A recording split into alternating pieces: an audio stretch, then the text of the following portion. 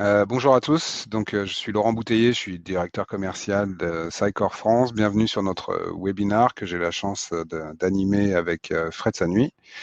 Fred, si tu veux te présenter. Ouais, bonjour à tous, bonjour Laurent. Merci de prendre un peu de temps en cette période-là qui est aussi un peu un bon timing, on va dire, pour échanger sur tout ce qui est digital. Comme un peu mon titre l'indique, je suis un peu dans le DAM depuis un certain nombre de temps et puis aujourd'hui, je suis à la tête d'Activo Consulting, une petite société de conseil dédiée justement à aider à choisir le bon cocktail marketing auprès des clients et surtout les accompagner. Donc, en tout cas, j'ai un grand plaisir de partager mon expérience avec les équipes de Sedcore et toi-même, Laurent. Merci. On va juste faire les vérifications d'usage. L'idée étant de savoir si vous voyez bien notre écran et si vous nous entendez bien. Est-ce que par une simple réponse dans le chat, vous pouvez nous dire que c'est tout bon pour vous, s'il vous plaît. Et ensuite, on va démarrer donc avec un sujet qui nous tient à cœur, qui est le contenu au service de l'expérience client. Mais avant cela, je voulais juste vérifier que vous nous entendiez bien et que les slides étaient bien partagés.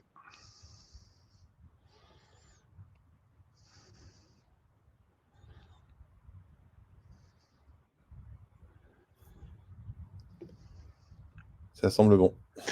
Super. L'objectif de ce webinaire, c'est bien sûr de mettre le contenu au centre et comment est-ce que ce contenu se met au service de l'expérience client. C'est un besoin qu'on voit de plus en plus et c'est un sujet que Frédéric porte, mais que Sycor porte également. D'où l'idée de ce webinaire d'une heure qui sera enregistré. Donc, si vous avez besoin de le partager avec vos collègues, amis ou compagnes ou qui que ce soit qui pourrait être intéressé par ce sujet, n'hésitez pas, vous recevrez un lien par la suite sur l'enregistrement. Donc, on va rentrer directement dans le vif du sujet. Pour ceux qui connaissent pas Sycor, on est un éditeur de logiciels, on travaille sur l'expérience client et le contenu. On a mené quelques enquêtes en préparation de ce webinaire. Aujourd'hui, il y a les équipes marketing qui sont contraintes à passer énormément de temps à créer et gérer du contenu. Ce qu'on voit, c'est qu'un certain nombre de spécialistes du marketing consacrent plus de temps même à gérer les contenus qu'à se concentrer sur leur métier. Et leur métier étant d'être marketeur, c'est de lancer des campagnes, des mises en avant et de travailler sur la marque plutôt que de créer des contenus.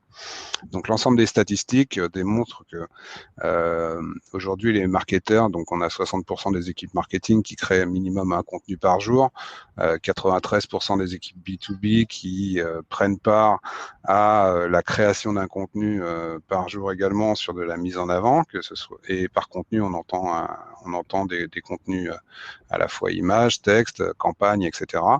Que 40% des budgets sont dépensés sur le contenu marketing, ce qui fait qu'il y a une vraie problématique aujourd'hui sur le temps passé, mais aussi sur les budgets passés et qui sont dédiés à purement la création du contenu.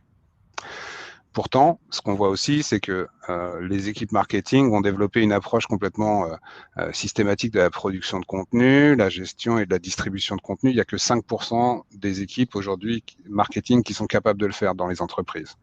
Donc, il y a un vrai besoin aujourd'hui de s'améliorer sur comment est-ce que je vais pouvoir avoir quelque chose de fluide pour créer mes contenus, pour utiliser aussi les bonnes technologies. Il y a 14% des spécialistes du marketing qui estiment qu'ils ont la bonne technologie. Pourtant, dans ces 14%, il n'y a que 45% qui estiment qu'ils l'utilisent à bon escient.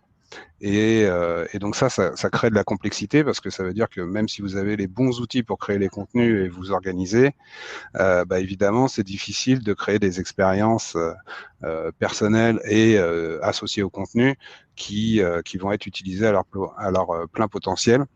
Et la plupart des équipes marketing déclarent qu'il y a certains systèmes mis en place, mais encore beaucoup de travail manuel et tout ce qui est automatisation des créations et automatisation des transformations de format, par exemple, lorsque vous travaillez sur les canaux, etc., etc. Tout cela, évidemment, doit être considéré lorsque vous êtes amené à créer un contenu. Et enfin, donc la stratégie de contenu, elle ne fait qu'évoluer. Hein. De toute façon, il y aura toujours plus de contenu et on le voit encore plus dans cette période actuelle, puisque l'engagement et l'expérience client que vous allez créer et l'information client, elle va être gérée via le contenu directement. Donc, c'est pour ça qu'on souhaitait organiser ce webinaire avec Frédéric, parce que évidemment, cette problématique associée au contenu et qu'est-ce que vous allez en faire derrière pour que ça serve à une expérience, c'est des questions que vous êtes amené à vous poser en ce moment.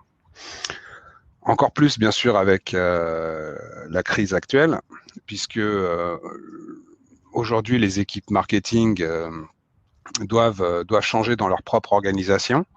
Et bien sûr, les demandes, c'est de réaliser des économies. Et l'objectif, c'est bien sûr de pouvoir réaliser ces économies aussi auprès des différents départements. Et les départements sont impactés, sont aussi des départements marketing. Donc réaliser des économies sur des coûts de création et de production de contenu, par exemple. De faire en sorte de pouvoir être capable de faire du marketing one-to-one, donc des marketing vraiment personnalisés pour vos clients, pour vos prospects, pour les consommateurs. Donc de s'adresser de façon plus personnelle en fait à vos différents interlocuteurs, quels que soient les canaux. Et puis aussi de réorganiser les équipes dans une norme plus agile. Donc c'est-à-dire que les projets agiles aujourd'hui sont plutôt bien connus. Par contre, l'organisation même d'un service marketing en mode agile doit devenir la norme pour être plus efficace, pour aller plus vite et pour mieux contrôler bien sûr l'ensemble des services de production et des coûts associés au contenu. Alors, le principal problème qu'on voit dans l'engagement via le contenu et la création d'expériences personnelles via le contenu, c'est qu'aujourd'hui, le contenu, il est géré comme il était géré il y a 10 ans. Donc, il est très siloté, ce qui fait que si c'est un contenu qui doit partir sur votre site web, c'est souvent un contenu qui va être géré via un outil de CMS. Si c'est un contenu qui doit partir sur votre solution e-commerce, ça va être un contenu qui va être associé à une volonté e-commerce. Pareil pour les réseaux sociaux, pareil pour les points de vente, pareil pour vos retailers si vous êtes amené à revendre sur des marketplaces, etc., etc. Donc, ces silos-là font que c'est une grosse problématique en termes d'organisation et en termes de création de contenu. Et donc, vous n'êtes pas du tout agile dans votre création de contenu, ce qui fait que il y a des contenus qui vont être dupliqués, il n'y a pas d'automatisation possible, et c'est pas au service en fait de vos clients et de vos consommateurs. Et également, le contenu, bien sûr, il va impacter toute une organisation au sein de votre entreprise. Donc, c'est à la fois des personnes qui sont en charge plutôt du contenu produit, donc de la supply chain, des stratégistes de contenu, des personnes qui vont être en charge de l'image.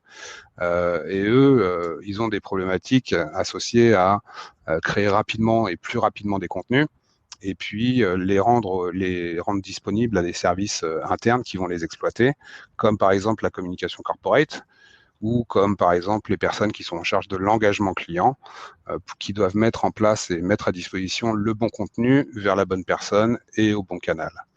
Et ensuite, donc des contenus plutôt associés à la relation client en elle-même, donc c'est-à-dire comment est-ce que je vais pouvoir exploiter un contenu, mais qui va être associé à d'autres données, par exemple des données émanant d'un système de CRM ou de solutions marketing, de targeting, qui doivent exploiter de la donnée et associer le contenu à une donnée. Et puis les services IT, bien sûr, puisque le contenu étant exponentiel, ça demande plus de ressources, et c'est là que le cloud, bien sûr, va vous aider, et que les solutions en SaaS vont vous aider. Mais comme ça demande énormément de ressources, l'objectif, c'est de faciliter la gestion, l'organisation et la centralisation de ces contenus pour faire en sorte que toutes ces équipes puissent communiquer de manière cohérente autour d'un contenu qui est validé par l'ensemble et qui va être par la suite exploitable sur les différents canaux de publication. Donc en fait, la solution idéale, c'est de sortir le contenu du canal. Alors il y a beaucoup de freins à ça parce que évidemment, lorsqu'on est propriétaire d'un canal de diffusion, on souhaite conserver la main. Donc ça, c'est un des freins qu'on voit. Le second frein qu'on peut voir, c'est que vous faites partie, par exemple, d'une entité qui est locale, donc vous travaillez uniquement sur le contenu marketing France et le contenu corporate qui vous est proposé n'est pas adapté. Ça, c'est un second frein. Ça, c'est des points de blocage pour sortir le contenu des canaux. Pour autant, si vous êtes amené à sortir les contenus de ces canaux, vous allez pouvoir les réexploiter plus facilement sur votre site web, sur votre site e-commerce, sur vos réseaux sociaux. Vous allez le créer qu'une seule fois. Et ensuite, derrière, vous allez pouvoir le diffuser sur les différents canaux de distribution, que ce soit online ou offline. Et vos points de vente, du coup, vont en bénéficier et vous allez, du coup, parler d'une seule voix. Évidemment, les contenus, ils doivent être intégrés à d'autres sources de contenu. Vous avez, par exemple, des données structurées dans votre ERP. Vous avez, par exemple, des agences qui sont amenées à travailler avec vous sur ces contenus. Et l'objectif, ce n'est pas d'arrêter de travailler comme cela, mais de travailler de manière plus intelligente, donc en agrégeant l'ensemble des différents contenus et en faisant par la suite un travail associé, donc un travail collaboratif, un travail de planification éditoriale, un travail de gestion et de publication des contenus plus efficace. L'objectif, c'est de rationaliser le processus de création de contenu et de faire en sorte par la suite que ces contenus qui sont créés puissent servir une expérience client. Et cette expérience client, du coup, elle va être plus personnelle et elle va être plus adaptée aussi au message que vous voulez passer. Si vous souhaitez travailler sur votre image de marque, si vous souhaitez travailler sur une fiche produit ou si vous souhaitez travailler sur un contenu de campagne, par exemple, ça va être la même méthode qui va être utilisée et exactement le même processus de création qui va être utilisé. Donc, l'objectif, c'est bien d'optimiser tout ce processus de création. Ce qui fait que Sitecore, en tant qu'éditeur de solutions, on vient avec une solution qui s'appelle Sitecore Content Hub. Et Content Hub, c'est un hub de contenu dans lequel vous allez pouvoir, donc on le verra par la suite en détail, mais dans lequel vous allez pouvoir travailler de manière complètement unifiée, dans lequel vous allez pouvoir stocker à la fois des images, des données produits et des données de campagne, travailler sur l'ensemble des contenus en mode headless, donc c'est-à-dire que on ne va pas se préoccuper en fait du front de sortie, donc que ce soit pour un CMS ou que ce soit pour un site e-commerce, ça va être la même méthode de travail sur le contenu. Et ensuite, derrière, on cherche à rationaliser et à optimiser tout ce processus de création de contenu. Pourquoi? Parce que aujourd'hui, les marques, elles cherchent à délivrer des expériences toujours plus personnelles, mais s'il n'y a pas de personnalisation et s'il n'y a pas de contenu, évidemment, c'est assez compliqué. Donc, notre message, c'est vous êtes amené à créer de plus en plus de contenu, mais si au final, vous optimisez pas votre processus de création de contenu, vous allez avoir du mal à opérer de la personnalisation et donc à créer des expériences uniques pour chacun des visiteurs, pour chacun de vos clients et pour chacun de vos prospects, avec des messages qui vont être clés, qui vont être diffusés en fonction des données que vous avez acquises sur un visiteur et qui vont être aussi bien lisibles et compréhensibles par tous.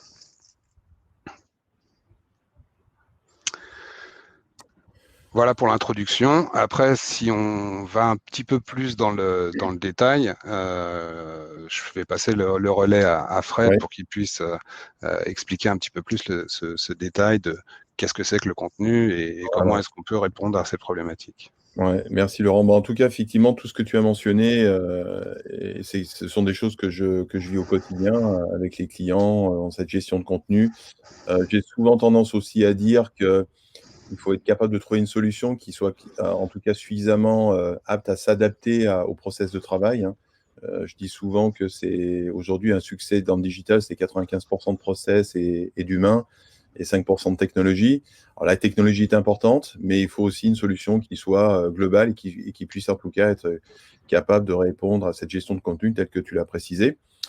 Et donc, juste quelques chiffres là aussi pour faire rebond à ce qu'évoquait Laurent au tout début de cette présentation. Évidemment, on a cette notion de DAM. Le DAM qui a plusieurs finalement couleurs suivant un petit peu les pays où on va se trouver. C'est quelque chose qu'il faut savoir qui est très originaire des États-Unis dans la fin des années 90, qui avait plutôt un sens d'archive en tant que tel. Au tout début, les premiers DAM, c'était des logiciels qu'on installait pour gérer des fichiers, en résumé. Mais qu'au final, au fruit de ces années, fruit de l'enrichissement de ce contenu, on s'est aperçu d'une chose qui est pour moi extrêmement majeure, qui est véritablement, c'est comment gérer au mieux cette image de la marque. Et aujourd'hui, le meilleur moyen, en tout cas, d'engager un client, c'est quand même par le visuel. On va tout de suite, en tout cas, interagir avec du contenu si on a le bon visuel. Et donc, finalement, je trouve que cette étude d'Ascend2 est assez intéressante. Et d'ailleurs, vous pouvez retrouver sur leur site tous les trimestres, ils remettent à jour toutes ces données, sont très riches en termes d'analyse. Donc, c'est gestion de l'image de la marque et la gestion aussi de la conversion, parce qu'il faut aussi engager le client, comme le précisait Laurent, sur des portails CMS, et cette notion de conversion est importante. L'autre analyse, sur la slide suivante, voilà. Et là, je crois que c'est vraiment extrêmement important, et c'est aussi une donne que je vis au quotidien.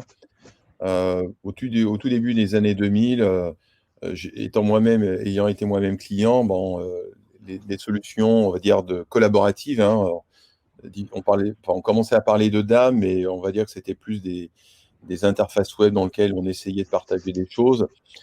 C'était quand même assez rustique. Et aujourd'hui, grâce aux technologies aussi, on a la capacité d'améliorer cette expérience client, mais il faut que ça soit simple et très visuel. Voilà.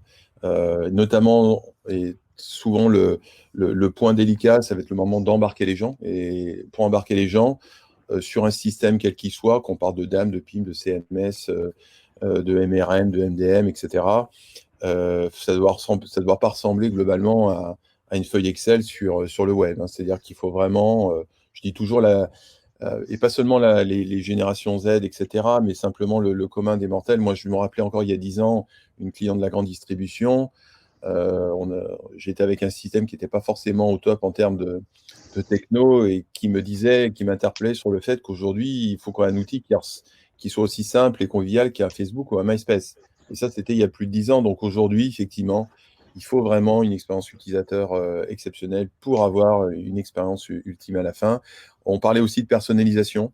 Alors, il faut du contenu, évidemment, mais aussi, c'est la grande donne, c'est-à-dire avoir cette capacité de gérer l'expérience, de l'engagement au travers aussi de la personnalisation.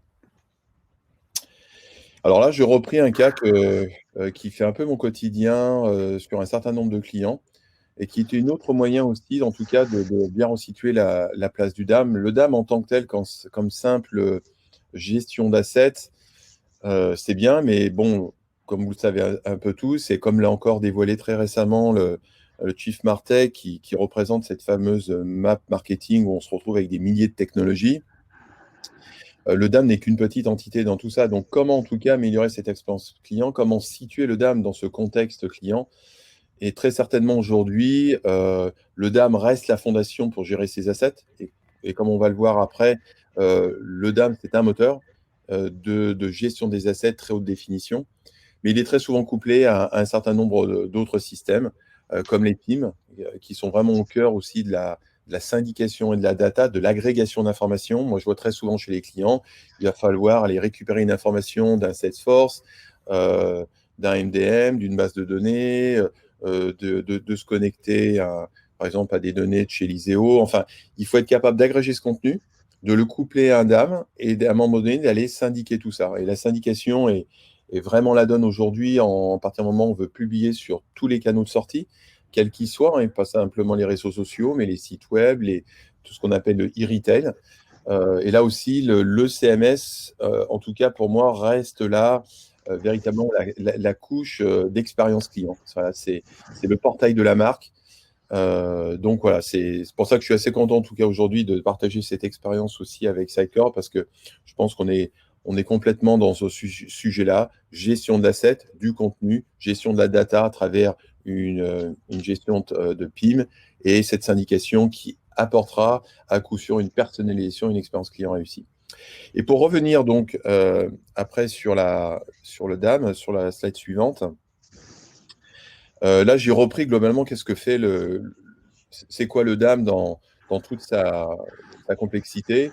Le DAM, alors on va parler d'assets par abus de langage, en français dans le texte, on va plutôt parler d'actifs numériques. Globalement, ça va être la capacité d'organiser l'ensemble de ces actifs tout au long de leur cycle de vie. Cela passe bien entendu par la création des assets. Et Dieu sait qu'aujourd'hui, les assets sont riches. On ne parle pas seulement de photos, on parle de vidéos, on parle de 3D, on parle d'éléments print, on parle d'animation web. Donc le contenu est vraiment dans tous ses états. On est du contenu sur très haute définition. Mine de rien, au fil des années, je dis souvent comme premier test, et notamment lorsqu'on travaille avec les éditeurs, c'est comment on teste un système. Aujourd'hui, je donne un simple rappel, 1 giga sorti de votre Samsung S20 ou de votre iPhone, en 4K, ça va peser 15 gigas. Donc voilà, on est tout de suite sur du contenu haute définition qui est pas facile à processer. Et c'est là que le DAM prend toute son importance dans le travail et le processing des assets, avec bien entendu la partie métadonnées. Là aussi, la métadonnée, on va le voir, il y en a plusieurs types. Et la métadonnée est au cœur. À un moment donné, il faut être capable de retrouver ces assets, d'aller questionner le DAM pour récupérer ces assets. Et en même temps, sont venus se greffer au fil des années un certain nombre d'éléments pour transformer le DAM en une meilleure expérience avec des flux de validation, à un moment donné, pour rendre ce DAM dynamique. Des notions aussi de process métier, ce qu'on a appelé de workflow. Alors, c'est là que très souvent, je suis interrogé, moi, par beaucoup de clients. Oui, alors c'est quoi? C'est un DAM, c'est un ECM, c'est un MRM. Je pense qu'au-delà de tous ces acronymes, il faut surtout voir, quand on va choisir son système, il faut surtout le challenger. Je dis souvent partir avec ses propres fichiers, tester, et c'est le fruit d'un POC qui permettra de réaliser tout ça. Et les canaux de sortie, bah alors aujourd'hui, ils sont représentés très, très basiquement ici, mais ils sont extrêmement variés. Et tout ça, c'est sous-entendu aussi un peu dans la même vision que proposait Laurent. C'est qu'aujourd'hui, quand on publie des assets sur une plateforme, on a ce qu'on appelle des API qui vont connecter tout ça. Et là, c'est un vrai métier parce que là aussi, ça change souvent, hein. Typiquement, on ne va pas publier un asset sur Amazon comme très simplement à partir d'un DAM. Il y a plusieurs étapes pour optimiser la performance, pour transformer l'asset. Donc, les choses ne sont pas si simples. Et donc, sur ce slide-là, en fait, je reviens finalement, qu'est-ce que sont les core features du DAM. Alors là aussi, on a très souvent la question, parmi la multitude des éditeurs, c'est finalement comment on peut tester une solution DAM, comment existe-t-il un standard? Et si on prend un petit peu de recul, on s'aperçoit que j'ai tendance à dire de temps en temps, souvent, c'est souvent celui qui a le plus gros marketing et peut-être qui sait le mieux parler de ces technologies, qui fait peut-être office en tout cas de modèle. Et c'est pour ça qu'un certain nombre d'initiatives aujourd'hui sur le marché, à travers des organisations, ont essayé de rassembler des critères de sélection. Alors, comme je le fais, moi, par exemple, avec une société anglaise qui s'appelle Equity Software, où on essaye effectivement de challenger les solutions de DAM sur ce qu'on appelle des core features. Donc là, vous avez la liste de ces actions et qui sont couplées aussi à des démos scénarios. Le but de ces démos scénarios, c'est d'être au plus proche de l'expression de besoin des clients. Quand on fait des tests, effectivement, on va pas partir avec des fichiers des fichiers basse définition, des petits JPEG. On travaille avec des vrais visuels clients. Et là, c'est là qu'on va rentrer dans un process de qualification de la solution à travers l'ingest. Alors, on va pas simplement uploader un visuel, il faut aller uploader en masse. Il faut voir comment le système va être capable de récupérer un certain nombre de métadonnées, d'enrichir cet asset à travers ces métadonnées. On a des métadonnées, on va le voir, qui sont et standards et aussi personnalisées. Tout le travail de process, de prévisualisation, là aussi, on est au cœur d'image et on va le voir aussi après à travers, puisque l'idée, c'était de reprendre un certain nombre de ces core features pour vous les montrer en parallèle de ce qu'on peut avoir aujourd'hui dans Content Hub. Mais la prévisualisation est importante. Si on a un DAM et qu'on est obligé de télécharger le visuel pour rentrer dans les détails ou pour éventuellement renvoyer un mail et dire, bah voilà, il faudrait corriger ça, on casse un petit peu la chaîne digitale. Et donc, toute la partie publication, comme on vient de l'évoquer. Donc, je reprends finalement l'ensemble de ces points. Et puis, j'ai essayé en tout cas mais bon, ça a été relativement facile parce qu'aujourd'hui, Content Hub a quand même un certain nombre d'années d'expérience et donc il y a toujours ce travail lié à l'expérience client. Donc, inévitablement, le premier contact que le client aura avec un système, il faut que ça soit beau, hein. On va aller directement aux choses. Donc, on fait un outil pour un client, on ne fait pas un outil pour des développeurs ou des geeks. Donc voilà, on a une représentation, par exemple, là, du Content Hub avec des visuels. C'est simple, c'est épuré. Les notions un peu de lag, de visualisation. Voilà, on n'a pas besoin de lire un manuel pour aussi partir sur des détails. Et c'est véritablement dans cette approche-là. Il y a une notion de performance qui est importante, puisque, comme je le répétais, on n'est pas simplement à gérer des assets de basse définition. On peut gérer des très grosses volumétries. Très couramment, chez les marques, on est facilement à des centaines de millions d'assets. Quand on parle de vidéo, ça devient tout de suite un autre sujet parce que, et là aussi, comment est gérée cette vidéo? Il ne faut pas que ça bloque le système, il faut que tout ça soit. On va avoir des calculs de ce qu'on appelle des renditions, c'est-à-dire des transformations d'assets dans différentes résolutions et formats. L'aspect métadonnées, importante également dans le choix, et l'écosystème. L'écosystème, c'est quoi? C'est cette capacité à se connecter avec les systèmes d'information d'entreprise, soit à travers des API, soit à travers des connecteurs dédiés. Et là aussi, on peut voir que le marketplace de Sidecore se nourrit un petit peu tous les mois d'un certain nombre de partnerships. Et je dis toujours, très souvent aux éditeurs, partnership is driving innovation, c'est-à-dire que et à un moment donné, il ne faut pas s'amuser à réinventer la roue. Quand on a des morceaux de technologie, il faut les utiliser et les intégrer intelligemment. Et mon dernier point, ce sont les KPI. Ces KPI qui sont fondamentales à un moment donné pour mesurer le retour sur investissement, pour mesurer la performance d'une campagne marketing, pour mesurer la performance de ses assets. Et là, ça va bien au-delà de simplement qui a fait quoi, quand et comment. Donc là aussi, on a aujourd'hui des réponses satisfaisantes. Les métadonnées, alors là, c'est un point qui m'est extrêmement cher parce que finalement, quelle que soit la technologie, quels que soient les frameworks web, donc là, on est dans la technique. L'essentiel, c'est quoi? C'est le contenu. Comme on l'a dit précédemment au début avec Laurent. Évidemment, on a des systèmes type intelligence artificielle qui essayent de faire des choses, mais lorsqu'on est chez un client avec son propre vocabulaire, ses propres produits, là aussi, j'aime souvent répéter, parce que c'est un livre que j'ai apprécié l'année dernière, sorti par Luc Julia sur l'intelligence artificielle existe-t-elle, qui est actuellement le CTO de chez Samsung. L'intelligence, elle fait beaucoup de choses, mais elle demande à apprendre. Donc, apprendre, ça veut dire qu'il faut des datas. Et au regard, en tout cas, des besoins très métiers chez des clients, l'IA peut aussi constituer une sorte de bruit de fond dans cette recherche. Donc, je dis toujours, l'intelligence artificielle, c'est bien. Au niveau des métadonnées, il faut faire attention. Et souvent, dans les plans d'onboarding que l'on va faire avec un client, on va y aller phase par phase. Il vaut mieux travailler son thésaurus, ses facettes, ses mots-clés. Et au niveau de ces métadonnées, globalement, on a trois grandes catégories. Alors, je suis toujours assez fidèle sur la partie IPTC, qui est, alors pour le coup, qui est un vrai standard depuis 1965, qui a la capacité d'embarquer les métadonnées avec les fichiers. Donc, vous récupérez vos fichiers. Et il y a un test tout simple à faire, hein. Vous pourrez faire la même recherche sur votre desktop Windows ou Mac que dans le Content Hub, et vous devez être capable de retrouver ces assets parce que justement, les métadonnées suivent le fichier. L'autre point, c'est l'exif, qui est moins sexy parce que ce sont des données qui sont plus liées aux caractéristiques, par exemple des appareils photo. Et l'autre point important, ce sont les métadonnées personnalisables, hein. On parle depuis le début de personnalisation de contenu. Chaque client a son marché, a ses produits, et ces produits répondent à des gestions de métadonnées très différentes. D'où l'importance dans la solution. Et là, je mets toujours en garde les clients. Vous devez être capable, dans votre outil, comme on peut le faire dans le Content Hub, de pouvoir personnaliser cet environnement de métadonnées. Je décide de rajouter tel champ, un champ texte ouvert, une date, des cases à cocher. Et je vais constituer ce qu'on appelle une vue de métadonnées que je vais pouvoir appliquer à mes fichiers, à mes collections, à mes projets. Voilà.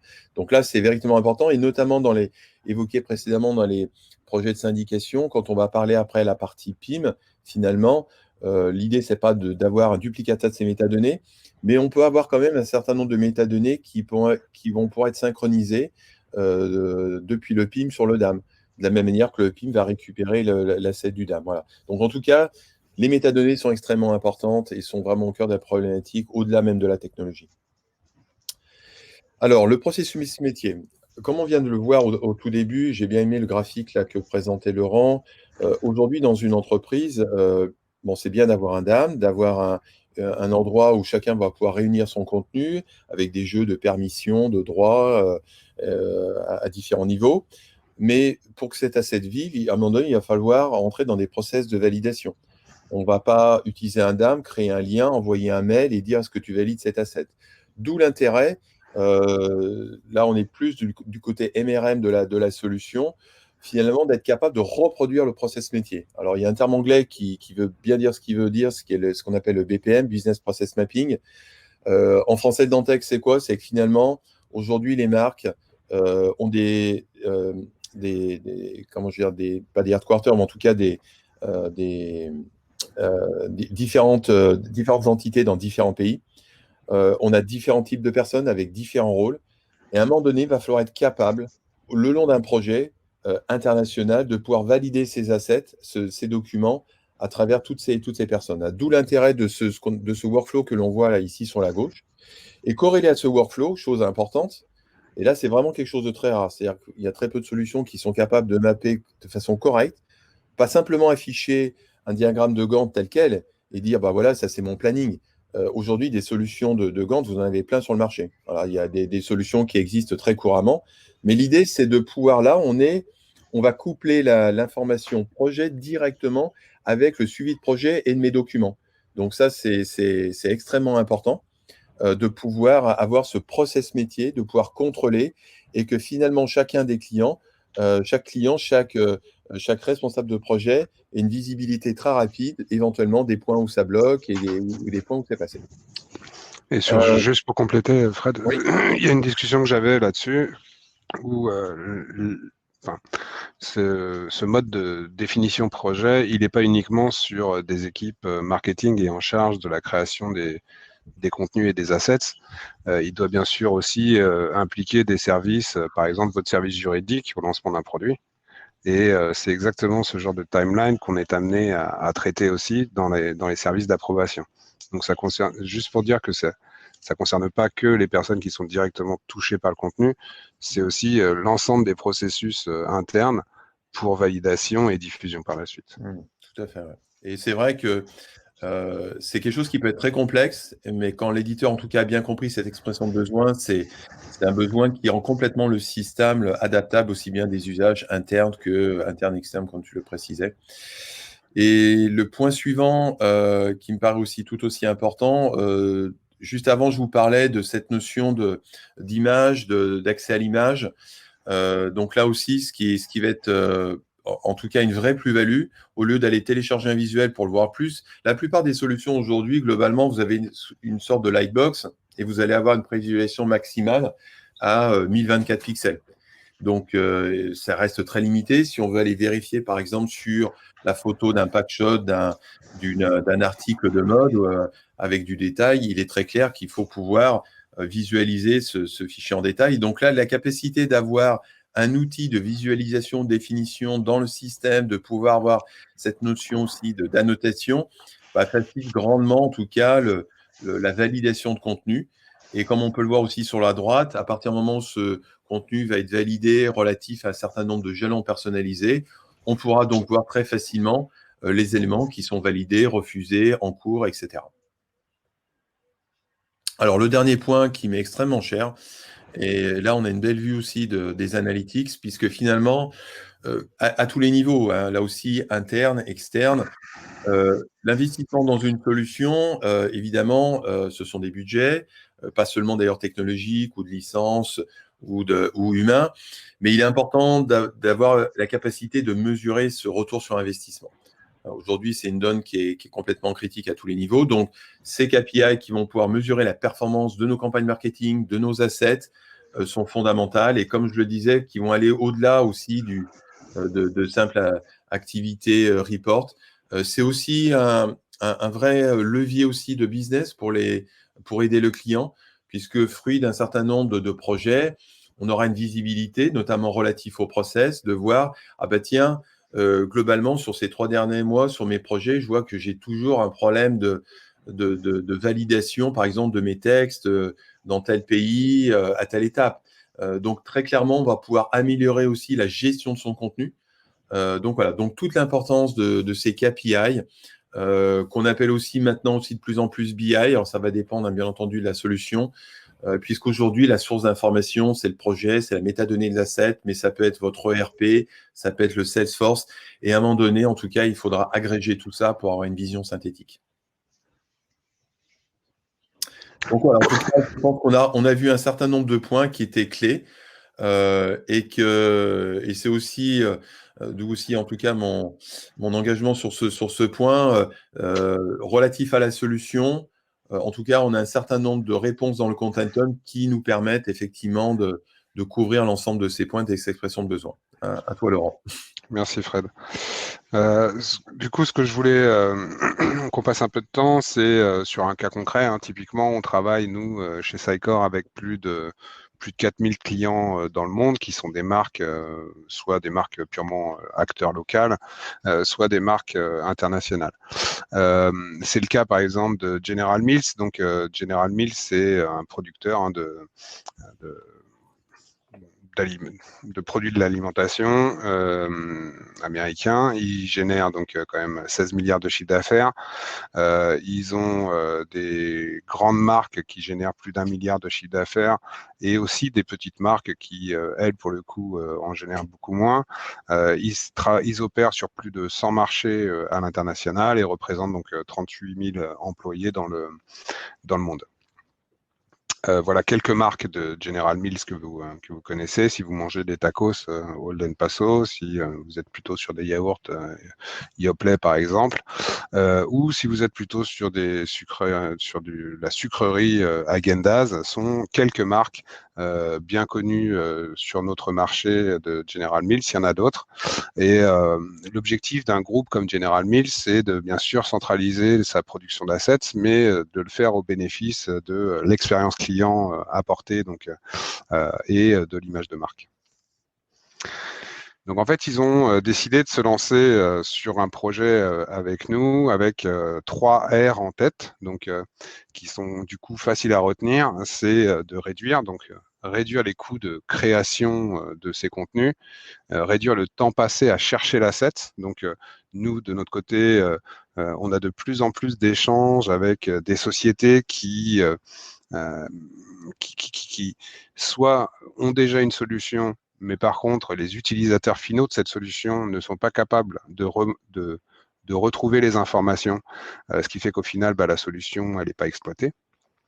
Soit n'ont pas de solution, et c'est un réel casse-tête aujourd'hui de se dire, tiens, où est le dernier logo de ma société? Où est la dernière image produit que j'avais fait shooter par mon agence? Du coup, je vais le refaire. Et du coup, évidemment, ça prend plus de temps, donc ça limite le time to market, mais surtout, c'est un vrai coût, un coût de création, puisque plutôt que d'avoir cette image qui est exploitée plusieurs fois, vous êtes obligé de refaire constamment la même image. Et si vous regardez un petit peu dans votre écosystème et dans votre librairie, ça arrive très régulièrement. L'autre exemple, c'est lorsque votre agence vous fournit, par exemple, une image haute définition, et avec cela, vous avez aussi des images associées pour le réseau social, pour le site web, pour le mobile, etc., etc. Donc, dans la réutilisation même de l'asset, et quel que soit le canal, ça pose aussi un problème, puisque toutes ces images, elles vont vous être facturées.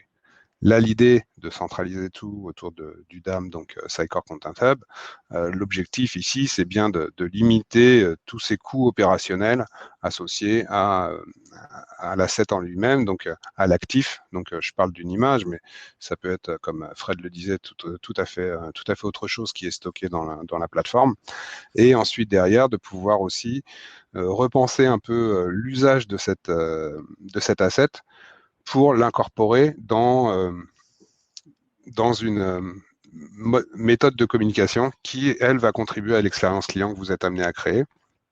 Donc, comment utiliser au mieux cet asset plusieurs fois, parce que vous l'avez déjà, parce que vous l'avez déjà créé, et que vous pouvez l'exploiter à la fois comme illustration produit, à la fois comme une campagne, à la fois comme un fil Twitter, etc., etc.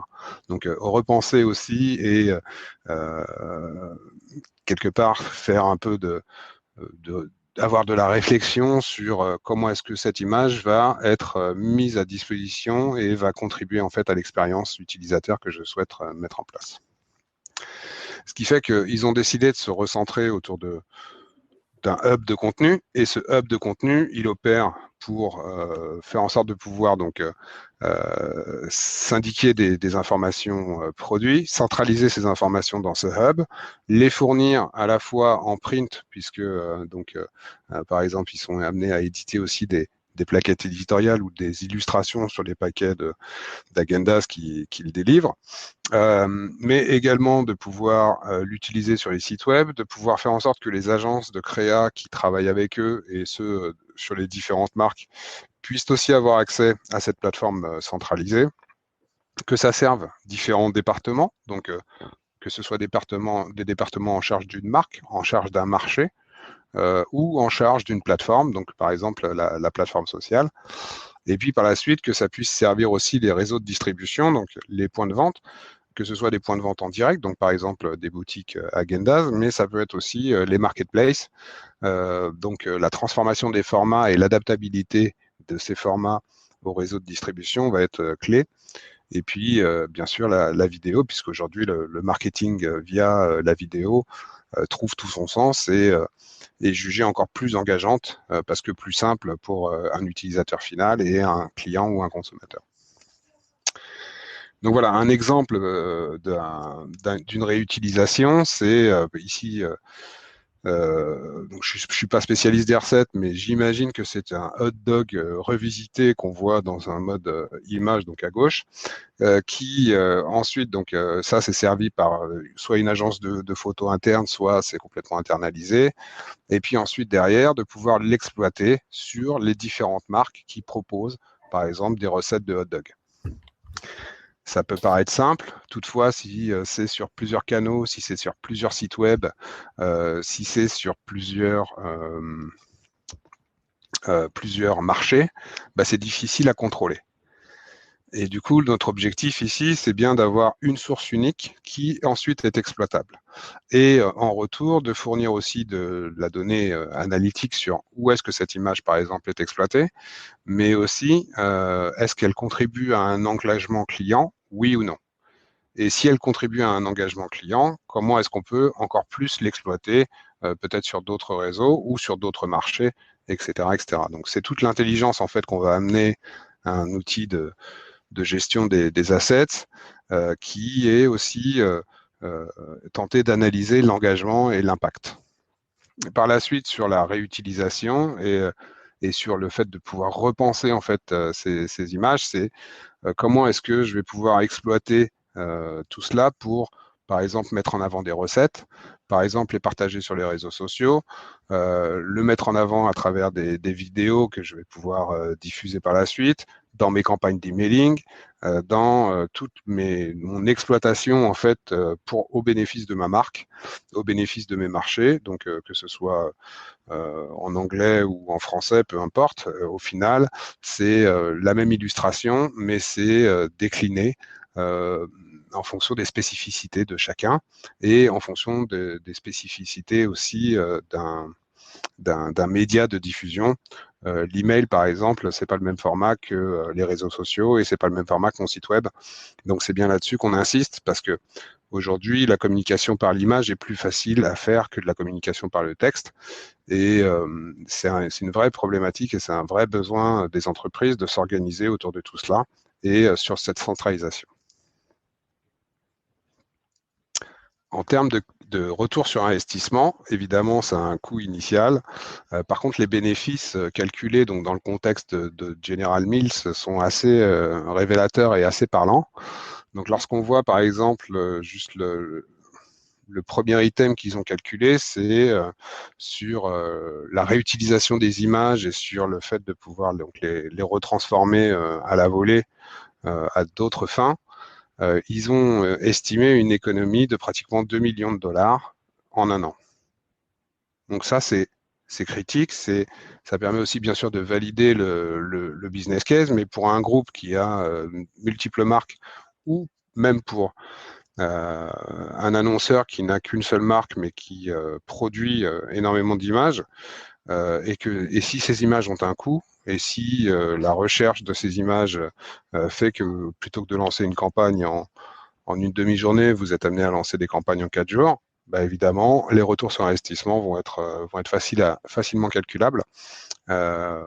Et donc, l'amortissement, pour le coup, d'une solution comme celle-ci, va aussi, bien sûr, passer par de la formation, passer par de la réorganisation de vos propres process, qui, eux, d'un point de vue numéraire, sont plus difficiles à calculer, mais si vous mettez 10 minutes à retrouver l'image et l'illustration que vous cherchez versus 3 heures, bah évidemment, la pénibilité et puis le temps passé à créer votre nouvelle campagne va être plus court, va être plus raccourci, et du coup, vous allez être plus efficace dans votre communication client.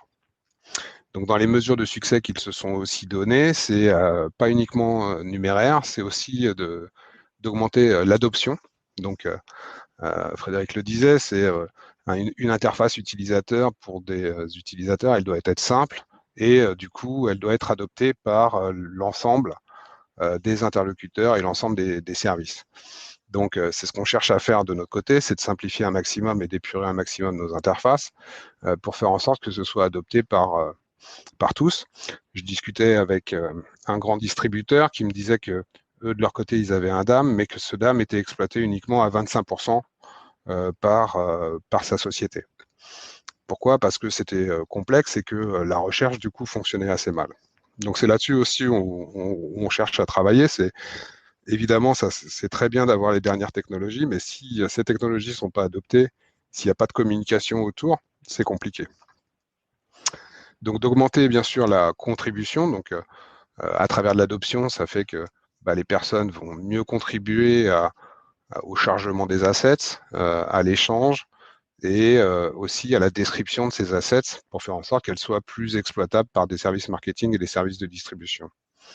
De réduire les coûts d'administration, donc on a la chance d'être sur une plateforme complètement hébergée, donc du coup il y a très peu d'administration à faire.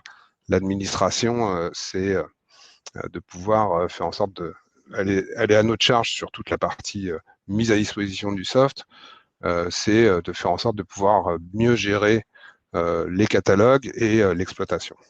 Et puis bien sûr, augmenter l'usage des assets et leur performance. Donc on l'a vu à travers les différents KPI et rapports d'analyse qu'on peut livrer, on peut fournir aussi ce genre de mesures.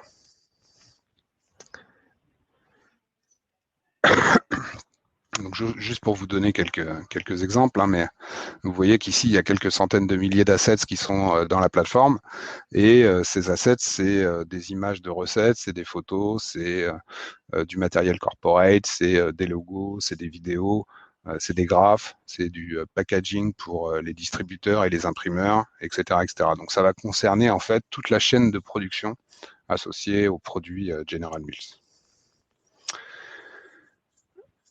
Le feedback général qu'on peut avoir sur un client comme General Mills, c'est qu'ils ont adopté un DAM d'entreprise qui va servir toutes les marques, tous les pays, toutes les localisations aussi pays, et donc qui peuvent partager leur contenu partout, plus rapidement, sur tous les canaux. Et tout ça, bien sûr, c'est au bénéfice de l'expérience client finale qu'ils cherchent à servir. Ce qui fait qu'on a organisé Content Hub dans un mode un peu de ce que j'aime appeler une factory de contenu, donc une usine en fait à fabriquer du contenu, dans lequel on va retrouver un certain nombre de modules. Donc le module principal, c'est le DAM, c'est ce sur quoi on se focalise aujourd'hui. Donc l'objectif du DAM, c'est de simplifier le stockage, l'accès, la gestion et les droits d'usage aussi associés à l'asset. Les droits d'usage, c'est important aussi parce que si vous avez par exemple une image de mannequin et que vous n'avez pas la possibilité d'exploiter ce mannequin sur les réseaux US par exemple, évidemment, il y a de fortes chances que les avocats du mannequin viennent vous voir en vous réclamant des fees et des droits à l'image. Donc, la gestion de tout cela va se faire dans un outil qui est centralisé, qui va gérer tout type de fichiers, qui va faciliter l'indexation de ces fichiers et la recherche de ces fichiers. Alors, on a quand même du machine learning pour faire de l'auto-tagging, qui est basé donc sur des microservices de machine learning qui va faire de la reconnaissance visuelle. Donc, comme Fred le disait, on est au départ du machine learning. Ceci dit, en tant qu'éditeur de solutions de gestion de contenu, on y croit beaucoup, parce que ce qu'on pense, c'est que d'ici à quelques années, non seulement ça va servir à mesurer et à faciliter l'engagement pour le client, mais aussi, bien sûr, voilà, plus c'est auto-apprenant et plus ça va être fin dans sa capacité d'auto-tagging. Donc, la possibilité de prévisualiser les assets et puis de réduire les risques. Combien de sociétés aujourd'hui ont publié des mauvaises images ou des mauvaises illustrations, ou pas sur le bon canal, ou pas sur le bon marché, etc., etc. Donc ça arrive encore tous les jours, et c'est ce qu'on cherche aussi à résoudre à travers justement ce Content Hub. Après, la dimension donc MRM, qui est plus la gestion des ressources marketing. Donc là, c'est toute la chaîne de production en fait de l'asset, qui va pouvoir inclure par exemple votre photographe, votre agence de communication, vous-même, les équipes marketing, les équipes juridiques, donc comme je le parlais tout à l'heure, pour travailler vraiment en amont la diffusion et la création de l'asset avant même qu'il soit mis à disposition d'un marché ou d'une marque. Ensuite, on vient avec un module qui est purement dédié à la création de contenu. Donc, l'asset en lui-même étant une image, lorsque vous êtes amené à créer une newsletter ou une campagne, bah, évidemment, vous allez vouloir illustrer cette campagne par une image, mais aussi par du texte qui va contribuer à de l'engagement client. Donc, ce qu'on cherche à faire là-dedans, c'est de gérer tout le catalogue et le calendrier éditorial en fait, pour vous permettre de préparer les différentes campagnes, sur quels canaux ça doit être diffusé, et en retour aussi de recevoir de l'analytique sur de l'engagement client. Est-ce que mon dernier post, par exemple Facebook ou Twitter ou LinkedIn, a contribué à de l'engagement? Si oui, à quelle hauteur? Et comment est-ce que je vais pouvoir suivre en fait cette campagne directement depuis la plateforme et l'optimiser. Et puis, au sein de la plateforme, donc Sitecore Content Hub, vous avez aussi un composant qui est l'enrichissement produit. Donc, l'illustration de Frédéric sur la relation entre un DAM et un PIM illustre très bien qu'à la fois, il y a des données visuelles et il y a aussi des données plus structurées pour mettre en avant votre contribution produit. C'est ce qu'on cherche à faire donc avec notre plateforme, puisque l'idée, c'est depuis une seule et même interface, de créer aussi des produits, de pouvoir gérer des hiérarchies de catalogues, d'automatiser de l'information, de l'enrichir avec des données de votre ERP par exemple, ou des données tierces, pour enrichir vos descriptifs produits et ensuite les mettre à disposition des marketplaces, des distributeurs, de votre site e-commerce, etc., etc. Donc tout ça est complètement agnostique en fait des technologies que vous avez à côté solution e-commerce ou front ou quoi que ce soit, mais par contre sert vraiment d'un hub de création de contenu qui va vous permettre de casser des silos et d'aller plus vite sur de la diffusion. Enfin, le print n'est pas nécessairement mort, hein. Il y a encore beaucoup de communication sur le catalogue et sur des plaquettes, etc. Et l'objectif ici, c'est de vous permettre de réaliser plus rapidement des brochures à travers des assets qui sont déjà validés, plutôt que de faire re-shooter, par exemple, un produit directement. Donc ça, c'est les différents composants de notre offre. Évidemment, on a des clients qui exploitent un maximum l'ensemble et d'autres clients qui vont plutôt se concentrer sur la gestion de leurs assets numériques, sur la gestion de leurs campagnes ou la gestion de leurs produits. Tout dépend. Mais ce auquel on croit, c'est vraiment de pouvoir simplifier un maximum notre outil et simplifier aussi un maximum les process. Pourquoi avoir 4 outils différents avec 5 tableurs Excel différents lorsque ça peut être centralisé dans un seul et même outil, donc limiter du coup les communications par email, limiter les échanges de fichiers dans lesquels on se perd complètement pour faire en sorte de pouvoir accéder à de l'information très rapidement et de manière très visuelle. Voilà, on arrive à la fin de notre session. Il y a tout de même quelques points à retenir pour créer justement, pour mettre en avant le contenu et comment est-ce que ce contenu va être mis au service de l'engagement client. Donc, le premier, c'est de pouvoir casser un maximum les silos associés à la création des contenus.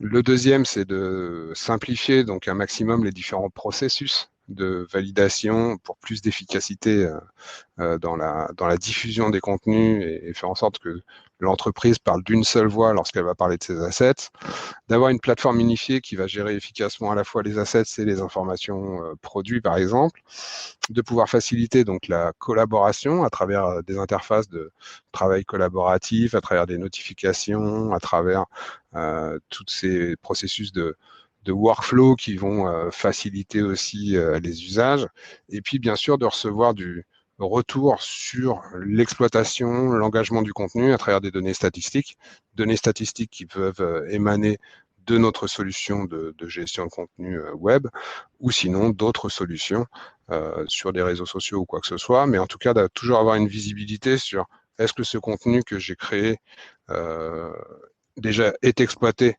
par mes services marketing, par mes départements, mais aussi est-ce qu'il contribue à un engagement client. Voilà pour les conclusions que j'en tire. Fred, si tu veux rajouter quelque chose, n'hésite pas. Bah, écoute, je ne saurais rester que bouche bée.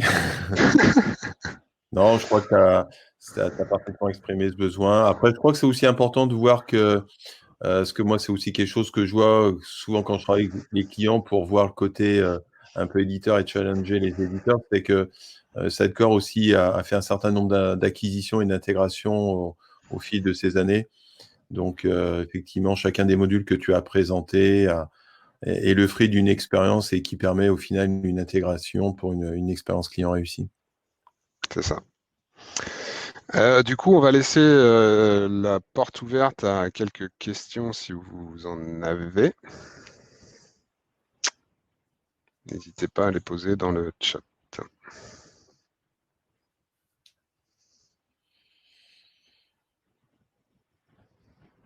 Moi, je peux éventuellement te poser une question, par rapport souvent, parce que c'est souvent ce qu'on me remonte les clients, c'est sur des projets d'expérience augmentée ou de commerce. Tu donnerais quel timing un petit peu pour les gens en termes entre la discovery, l'analyse, le déploiement, tout ça. En principe, vous êtes sur un scope de combien sur le déploiement de la plateforme? Alors, tout dépend de la maturité en fait de notre interlocuteur. Si tout le travail préparatoire, donc c'est-à-dire les index, la taxonomie, tout ça est assez bien identifié dès le départ. Donc et la structure aussi des métadonnées qu'on va pouvoir devoir enrichir dans notre solution. Si tout cela est bien mis en œuvre, en 3 mois, on peut tout à fait lancer quelque chose qui tient la route. Là où on passe le plus de temps, c'est pas tant dans la configuration du produit, c'est plus dans l'expression de besoin, dans l'analyse, par exemple, des workflows, s'il y a des workflows à plusieurs étapes. Et c'est là aussi où toi, tu interviens avec Activo, qui est, en fait, c'est pas tant la difficulté même de faire en sorte que la plateforme soit configurée, c'est tout l'analyse et le recueil de besoins qui prend le plus de temps au final.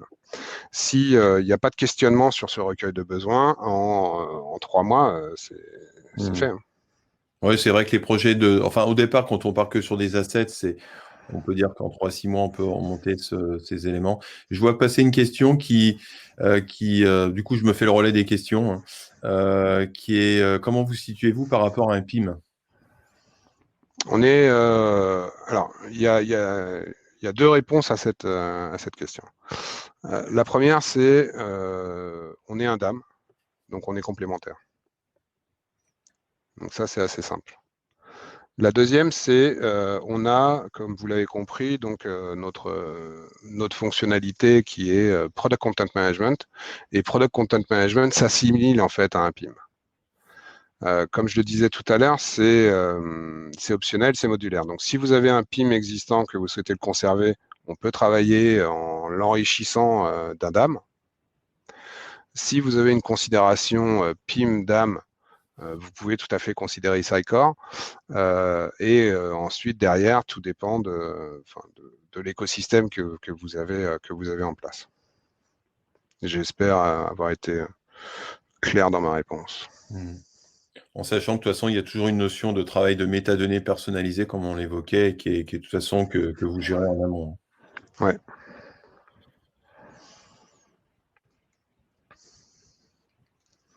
Est-ce qu'il y a d'autres On va pas passer d'autres questions. questions? On pourrait t'en poser, je pense, pendant un certain moment, mais on va peut-être simplement peut-être dire à tout à chacun, de toute façon, que les questions peuvent être posées à la suite de ce webinaire. Et puis, je pense que on reviendra tous vers tout le monde pour plus de précision.